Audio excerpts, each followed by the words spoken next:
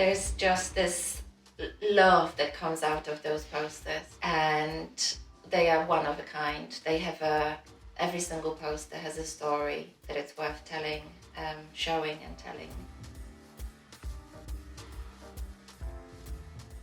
The storytelling part is is a really special element.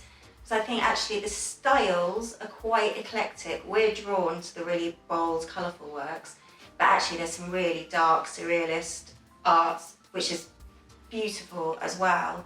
But there was a kind of joint spirit to the artist, which I guess is the kind of magic, soulful ingredient, kind of standing up for those really important freedoms that they believed in, standing up against the oppressor, but doing it with subtlety and wit and beauty, and qualities that really are often lacking today. That's why the art resonates with us really strongly.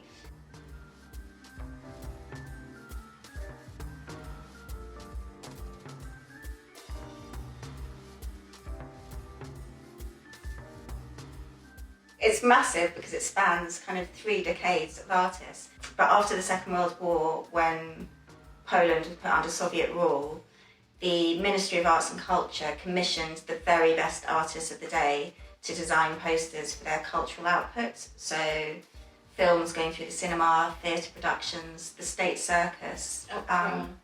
Exhibitions, festivals, anything you can think of really.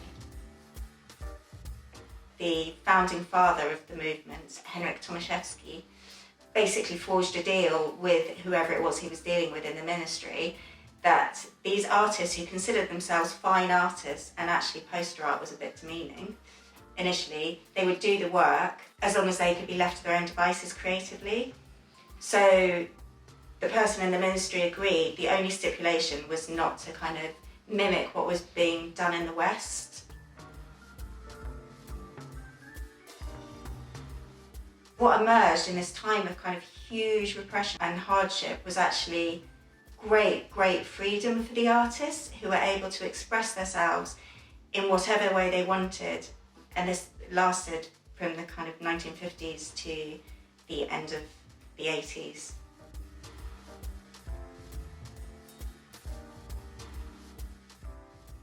The fact that they created during the times that nothing like that can happen again, really.